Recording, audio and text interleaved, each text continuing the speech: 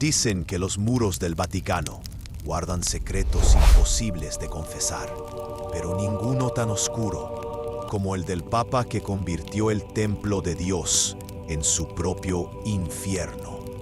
Un joven ambicioso, coronado como sucesor de San Pedro, antes incluso de alcanzar la madurez.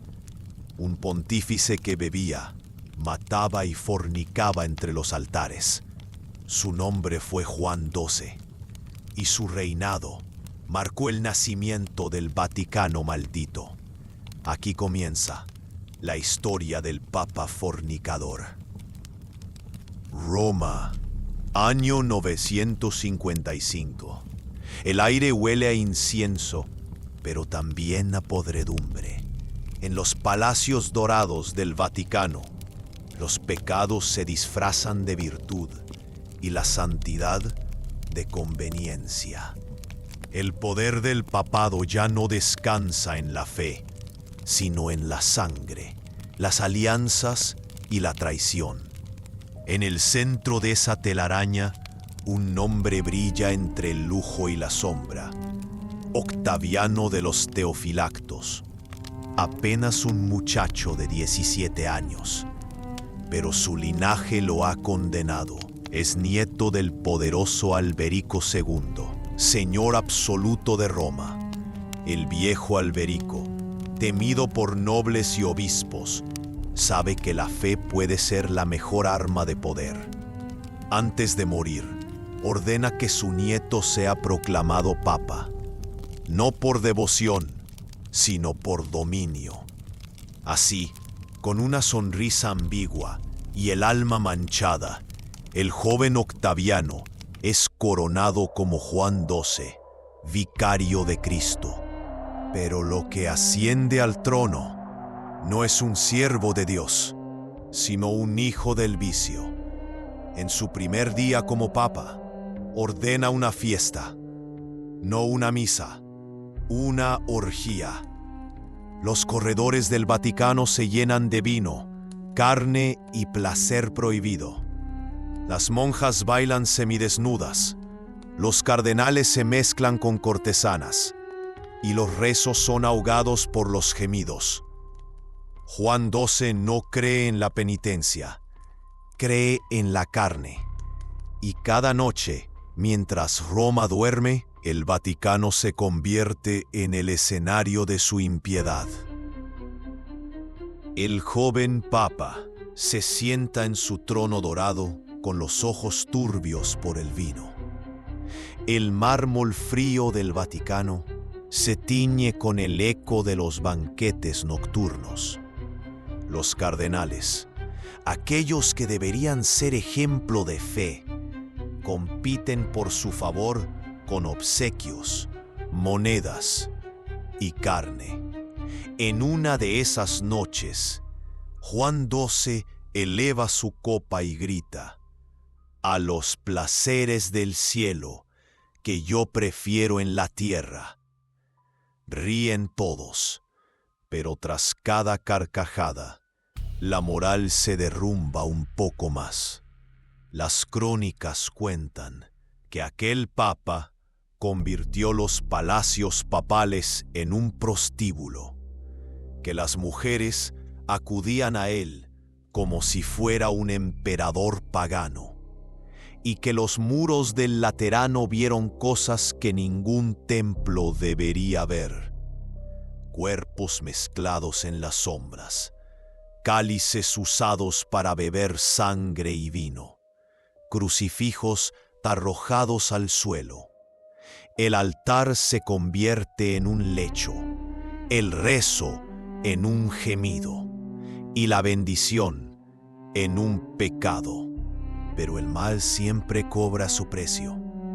Los rumores crecen, Roma murmura, el pueblo teme que Dios abandone la ciudad y que los ángeles huyan del Vaticano. Algunos sacerdotes se atreven a hablar. Uno de ellos, un monje anciano, se arrodilla frente a Juan XII y le suplica detener su locura. El Papa sonríe y manda que lo azoten. El viejo muere esa misma noche, colgado en el claustro. El mensaje queda claro. El Vaticano no obedece a Dios, obedece a Juan XII. Pero entre las sombras, el Papa comienza a temer. No a los hombres, sino a su propio reflejo. Se dice que en las madrugadas despertaba gritando, asegurando ver demonios al pie de su cama. Otros aseguran que no eran visiones, sino visitas, que el mismísimo infierno lo había reconocido como uno de los suyos. El poder absoluto no necesita trono, solo miedo, y el de Juan XII se alimentaba de ambos. Roma, la ciudad eterna, se desmoronaba bajo el peso del pecado. Los peregrinos dejaban de venir. Las campanas de las iglesias sonaban huecas, como si el mismo cielo negara su eco. Los nobles romanos, hartos del escándalo, comenzaron a conspirar. El Papa ya no era un guía espiritual, sino una amenaza para el alma de la ciudad. Se decía que practicaba ritos paganos dentro del Vaticano, invocando fuerzas oscuras a cambio de conservar su poder. En una noche sin luna, un cardenal que había servido junto a él huyó de Roma y llevó un mensaje al emperador Otón I de Alemania. El Papa ha profanado el nombre de Dios. Roma está maldita. Otón, un hombre de hierro y cruz, no podía ignorar la herejía. Decidió marchar hacia el sur con su ejército. Miles de soldados cruzaron los Alpes, guiados por el rumor de un papa que servía al demonio. Mientras tanto, Juan XII se recluía en su palacio, temblando entre la riqueza y la culpa.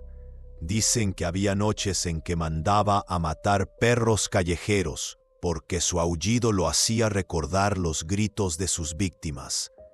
Roma se volvió un cementerio abierto, y sobre sus tejados la luna parecía una herida. Cuando el ejército del emperador llegó a las puertas de la ciudad, el Vaticano parecía vacío. Los jardines estaban cubiertos de cera derretida y vino seco. Los altares ennegrecidos. Las imágenes de santos mutiladas. Juan XII había huido.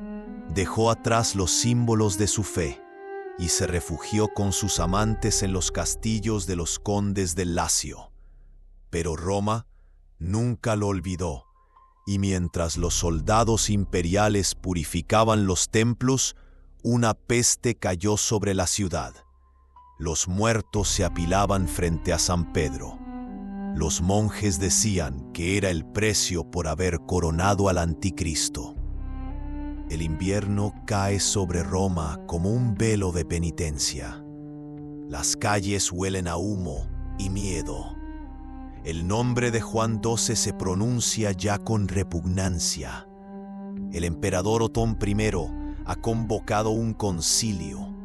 Quiere juzgar al Papa por sus crímenes, por sus blasfemias, por haber convertido la casa de Dios en el burdel de los condenados. En la Basílica de Letrán, los obispos se reúnen. Sus rostros son ceniza y furia. Las acusaciones llueven como piedras. Ha invocado a los demonios. Ha asesinado. Ha violado a las monjas dentro del altar. Cada palabra es una daga. Cada testimonio una sombra. Pero el Papa no está allí. Huido, perdido entre las colinas del Lacio, Juan XII bebe solo, abrazando su corona como si aún fuera suya. Dicen que, en sus últimos días, veía figuras arrastrándose por los rincones. Afirmaba escuchar risas de mujeres muertas, los gritos de sacerdotes que había mandado ejecutar, y en sus sueños veía un trono hecho de huesos y fuego. El concilio lo declara depuesto. Otón nombra un nuevo pontífice. Roma aplaude. El Vaticano, por fin, parece respirar. Pero el infierno no olvida tan fácil. Poco tiempo después, Juan XII intenta recuperar su trono. Vuelve con un pequeño ejército de mercenarios y en una noche sangrienta logra tomar la ciudad por sorpresa. Los soldados imperiales huyen, los nuevos obispos se esconden y por un breve instante el Papa fornicador vuelve a sentarse en la silla de San Pedro. Pero su victoria dura poco.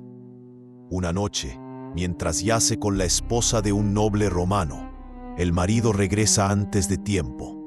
Lo sorprende en el lecho, desnudo, ebrio, cubierto de pecado. El hombre lo golpea con una piedra, 1, 2, 3 veces, hasta que el cráneo se quiebra. El cuerpo del Papa queda tendido en el suelo, con los ojos abiertos y vacíos. Dicen que antes de morir, una sombra se inclinó sobre él y le susurró algo al oído. Nadie sabe qué fue, pero los presentes juraron que sonrió antes de exhalar su último aliento. Fue enterrado sin honores, en una tumba anónima.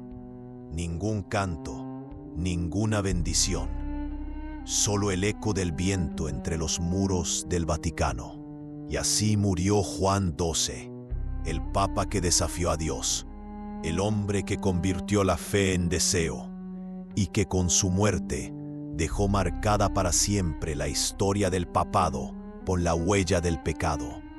Porque en Roma nada muere del todo, solo espera a ser recordado. Durante siglos, la Iglesia intentó borrar su nombre. Quemaron registros, sellaron documentos y cambiaron relatos. Pero las piedras de Roma recuerdan. Dicen que en las noches de tormenta aún se escuchan pasos en los corredores del Laterano y que en el silencio del altar alguien ríe con la voz de un joven papa. Porque el pecado de Juan XII no fue solo su deseo, fue la semilla de una corrupción que nunca se marchó del todo.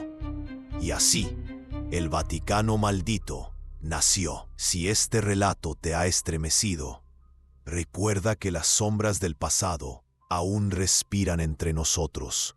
Suscríbete a Pasado Brutal y sigue explorando conmigo los secretos que la historia quiso enterrar.